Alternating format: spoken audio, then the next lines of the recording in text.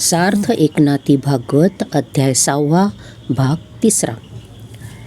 ब्राह्मणाचा शाप खोटा करण्याचे सामर्थ्य तुझ्या अंगात असून केवळ निजधामास जाण्याकरिता तू आपल्या कुळाचाच संहार करतोस ना, असे बोलताना त्याला रडे कोसळले.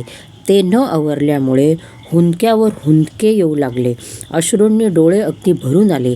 अशा स्थितीतच त्याने धावत जाऊन श्रीकृष्णाचे पाय धरले. चरणावर मस्तक ठेवून तो म्हणाला, हे श्रीहरी, तू माझा सखा आहेस, तू माझा धनी आहेस. असे असताना आम्हास सोडून तू दूर कसा बरे जातोस? हे अच्युता, तू जाणार ही गोष्ट कानावर पडताच मनामध्ये जो दुःखाचा उमाळा उठला तो काही आवरत नाही. याकरिता असा वियोग होऊ नये असे मी म्हणतो. पाण्याशिवाय मासा जसा तळमळावा त्याप्रमाणे माझा जीव तळमळतो. एकूण हे श्रीकृष्णा, अखेर अंतकालाच्या वेळी माझ्यावर तू इतका निष्ठुर झालास ना. तू गेल्यावर पाठीमागे ह्या जगामध्ये मी दीनवदन होऊन जाईन. मग गोड गोड गोष्टी कोणाशी सांगाव्यात? आता देहात प्राणसुद्धा राहत नाही रे. आत्मा निघून गेला म्हणजे देह केवळ प्रेतरूप होऊन राहतो. तद्वत तू निजधामाला गेलास तर आमची गत होईल. आमचा मायबाप तूच असाच आमच्या मनाचा दृढ तर विश्वास आहे. असे असता तू आम्हाला सोडून कसा बरे जाऊ पाहतोस? असे म्हणून त्याने पायावर लोळण घेतली. तू निजधामाला निघालास आणि आम्हाला कोणाच्या हातात दिलेस? हे पुरुषोत्तमा, तू आम्हावर इतका का बरे रुसलास? हा आमच्याच कर्माकडेचे बोल. तुझ्याकडे काय आहे? मुके बालक जमिनीवर टाकून आई सती जावयास निघाली म्हणजे ते जसे काकुळतीला येते तशी उद्धवाची दशा झाली. गळाला लावलेला गोड मासाचा तुकडा माशाने गिळला तर गिळला. तोच मच्छीमार त्या गळाला हिसका मारून त्याला वर ओढतो. त्या माशाप्रमाणेच प्रेमळ अंतःकरणाचा उद्धव विकल होऊन गेला. देवा, तू गेल्यावर मी सेवा तरी कोणाची करावी? हे श्रीकृष्णा, तू खरोखर आमचे भाग्य आहेस.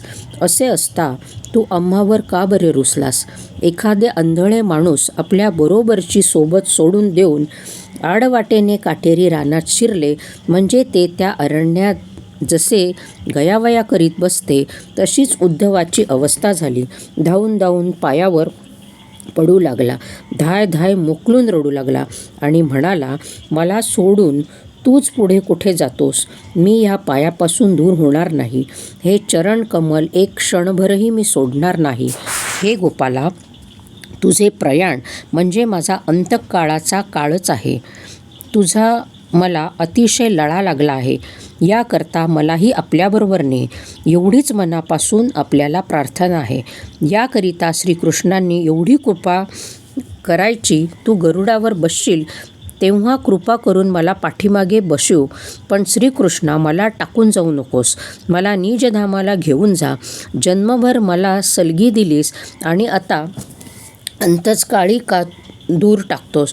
हे कृपासागरा श्रीकृष्णा, एवढी कृपा कर. आता तू म्हणशील की आपल्या कुलालाच मी काळ झालेलो आहे, तुलाच कृपाळू असा होईल.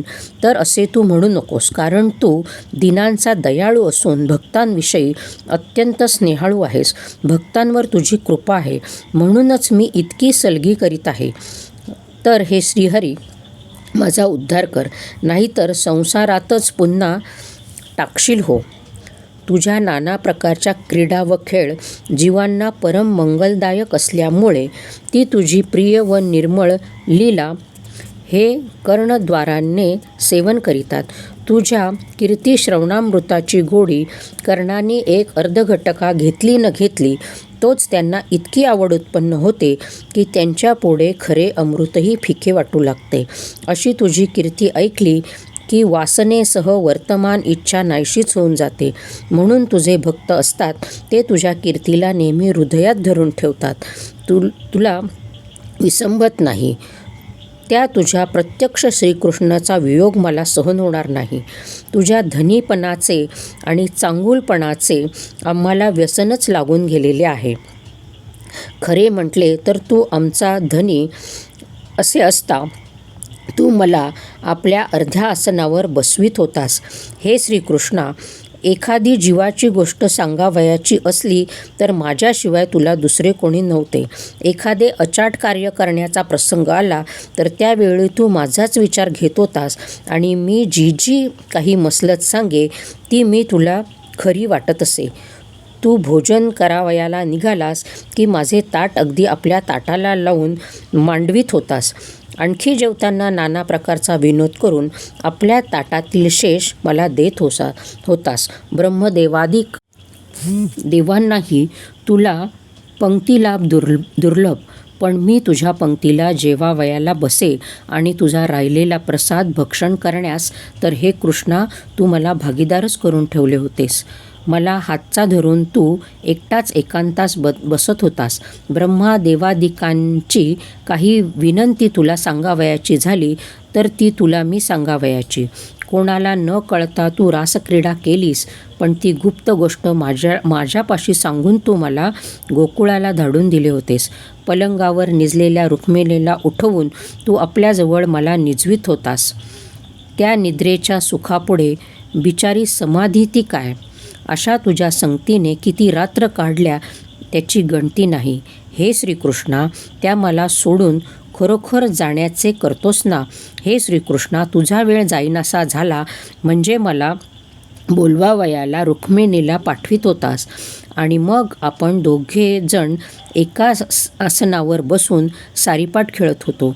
तू अरण्यात फिरावयाला निघालास म्हणजे मला आपल्या रथात बसवीत होतास. एका रथात बसून दोघांनी जावयाचे. असे असता आजच माझ्या संगतीला कंटाळलास ना? पाण्यात जलक्रीडा करताना किंवा गोपिकांबरोबर थट्टा मस्करी करताना सुद्धा तू माझ्याजवळ असावयाचा. स्नान करताना तर नेहमी मी पुढे उभा, असे किती म्हणून मी सांगावे? हे श्रीपती, अहोरात्र तुझ्यापासून मी वेगळा झालेलाच नाही, मग अंतकालीच तुला कसे सोडावे? तू आमचा धनी, तू आमचा सखा, तू साऱ्या जीवांचा जीव, सारा प्राण काय तो तू. हे पुरुषोत्तमा, हे मेघश्यामा, तुझा वियोग आम्हाला कसा सहन होईल? तुझे श्रीचरण हाच आमचा जीव व प्राण. अशा त्या चरणाचे वियोगजन्म दुःख सहन करण्याला मला सामर्थ्य नाही. तुझ्या पायांचे सान्निध्य हाच आमचा सर्वस्व लाभ. प्राण गेला तरी त्यांचा वियोग आपल्याला सोसवावयाचा नाही. देह राहिला तर राहू द्या किंवा गेला तर जाऊ द्या, पण पहा, तुझ्या चरणांचा वियोग आपल्याला मुळीच सहन होणार नाही. तुझी माया मोठी दुस्तर, ही देवादिकांना सुद्धा आवरत नाही. पण हे श्रीकृष्णा, तुझ्या शेषग्रहणामुळे तरीसुद्धा तारावयाला मला सुगम झाली. हे गोपाळा, मी तुझा दास असल्यामुळे तुझ्या गंधातील राहिलेले गंध कपाळी लावल्याने व तुझ्या माळा गळ्यात घातल्याने मी कळीकाळाला सुद्धा आटोपणार नाही. तुझ्या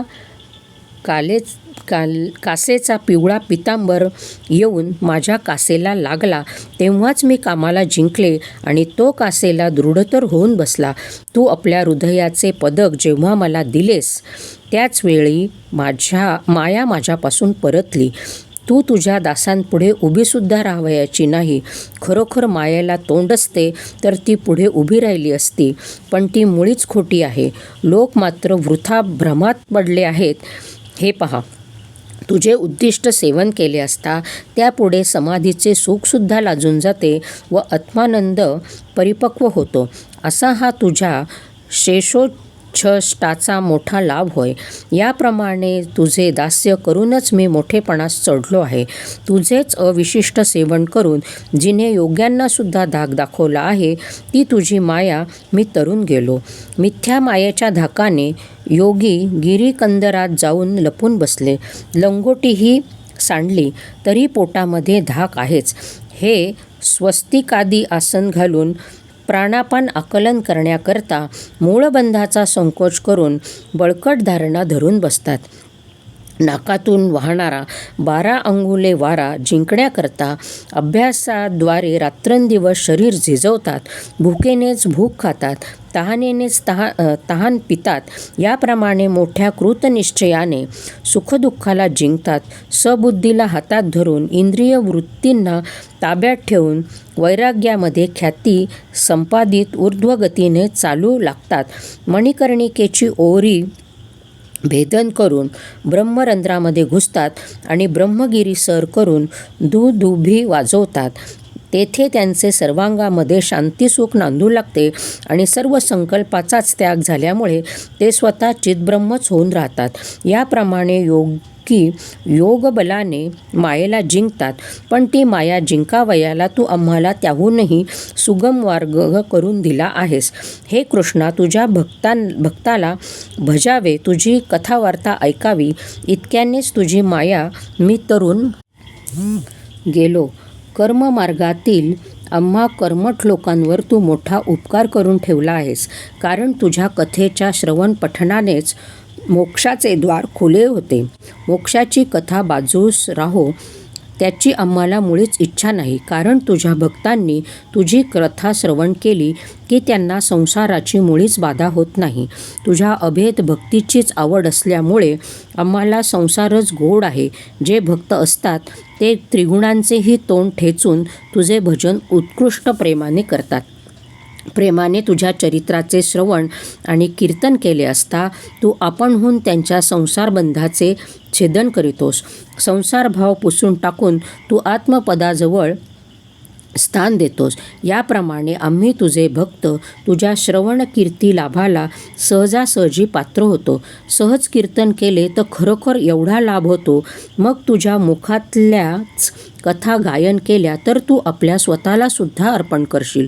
तू गोकुळातून चालताना जी तुझी पावले उठलेली आहेत त्यांचे जे आनंदाचे वर्णन करतात त्यांना तू खांद्यावर घेऊन निजबोधाने आणि कीर्तनाच्या छंदाने नाचतोस. हे गोपाळा, तुझी जी लीला केली आहेस ती आवडीने गायन केली असता त्या सेवकांच्या जवळ तू स्वतःच बसून राहतोस.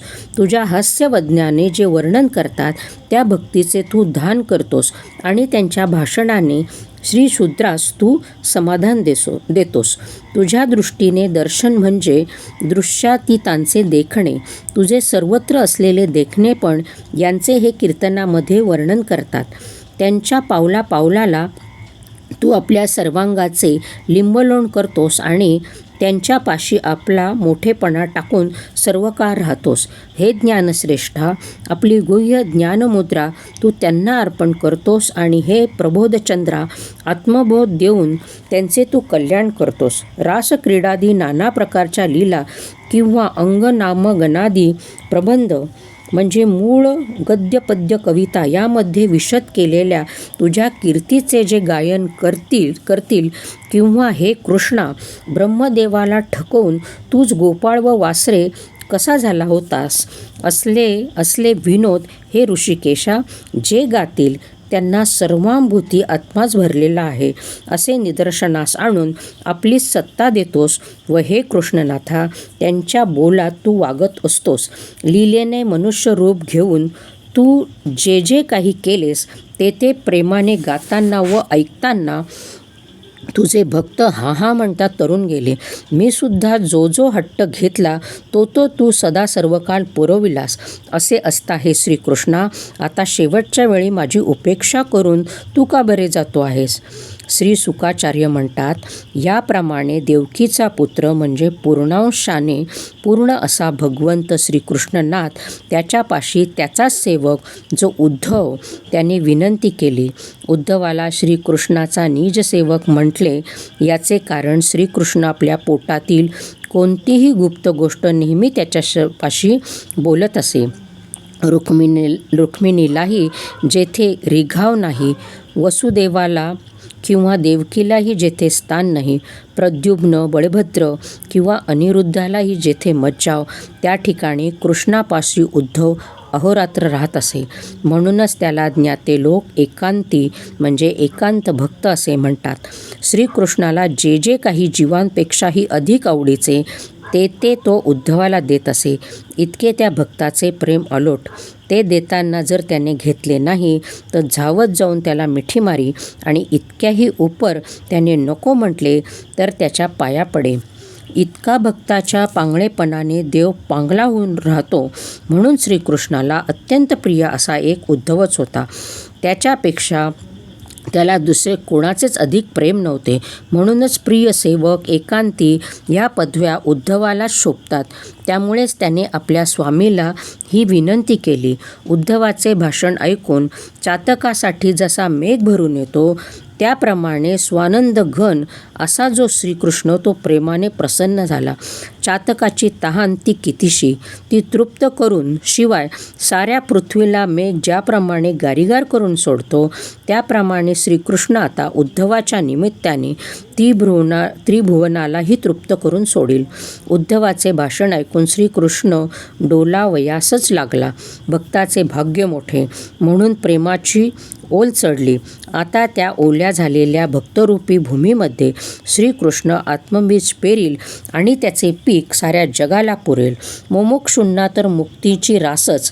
गाय वासराच्या पाण्याच्या निमित्ताने साऱ्या घराला जसे दुभते पुरवते, त्याप्रमाणे उद्धवाच्या निमित्ताने श्रीकृष्णही साऱ्या जगाला शांत करून सोडील. घरामध्ये पाहुण्यांकरता अनेक पक्वान्ने करतात.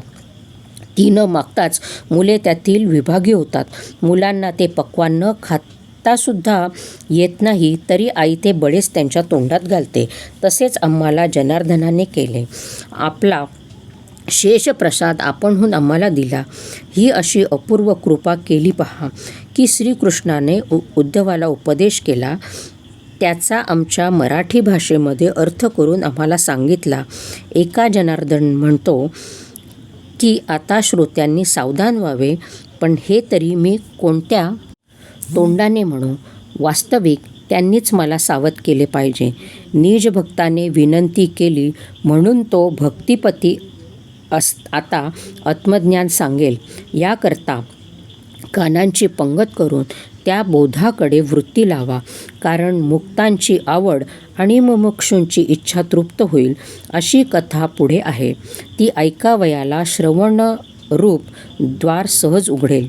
उद्धवाने ही श्रीकृष्णाला केलेली विनंती नव्हे, तर भगवान कृष्ण आता आत्मज्ञानाची वृष्टी करायला तयार झाला आहे. तो लाभ घ्यावायला म्हणजे श्रवण करावयाला चला हो चला असा डांगोराच त्याने पिटला आहे.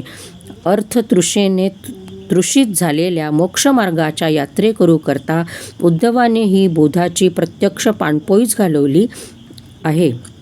माझ्या भक्तिरूप आईने मला कडेवर घेऊन तेथे नेले. तिच्यामुळे जनार्दन रूप परमामृत मला प्राप्त झाले. भगवंता, खरोखर ती तुझी भक्तीच आम्हाला सदोदित असावी. तुझ्याकडे मुक्ती मागितली तर तो भक्तांचा मूर्खपणाच होईल. कारण बद्धता खरी असेल तरच मी मुक्तता मागावी हे युक्त होईल. पण बंधन जर वस्तुतः नाही, तर मुक्तता मागितल्याने पदरी मूर्खपणाच यावयाचा. मी तूपणाशिवाय असलेली जी सहज स्थिती, तीच तुझी अभेद भक्ती आम्हाला असू दे. संताकडेही मला सदा सर्व काळ पुन्हा पुन्हा हेच मागणे आहे. आता कृष्णनाथ उद्धवाला गुप्तज्ञानाचा उपदेश करील, तरी एका जनार्दनाकडे विनंती करतो की श्रवण करण्यासाठी मला सावधान चित्त द्यावे. याप्रमाणे श्रीमद्भगवत महापुराणाच्या एकादश स्कंदातील एकनाथकृत टीकेचा देवस्तुती व उद्धव विज्ञापना नावाचा 6वा अध्याय संपूर्ण झाला.